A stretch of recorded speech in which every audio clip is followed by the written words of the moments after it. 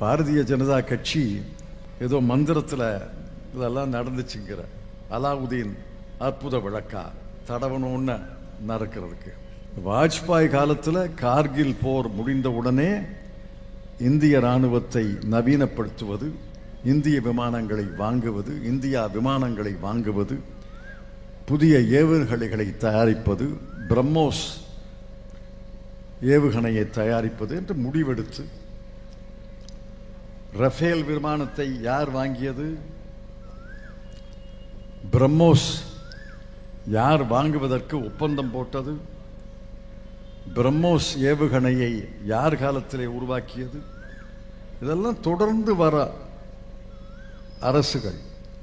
வாஜ்பாய் அரசுக்கும் பெருமை இருக்கிறது, மன்மோகன் சிங் அரசுக்கு பெரிய பெருமை இருக்கிறது. 10 ஆண்டுகள் சத்தமில்லாமல், விளம்பரம் இல்லாமல், இராணுவ உடையை உடுத்தாமல், தானே போய் போரை நடத்திய போது காட்சி அளிக்காமல், என்னுடைய உடம்புல ரத்தம் ஓடல, குங்குமம் ஓடுதுன்னு வசனம் பேசாமல் அமைதியாக 10 ஆண்டுகள் இந்திய இராணுவத்தை பலப்படுத்தியது மன்மோகன் சிங்குடைய அரசு.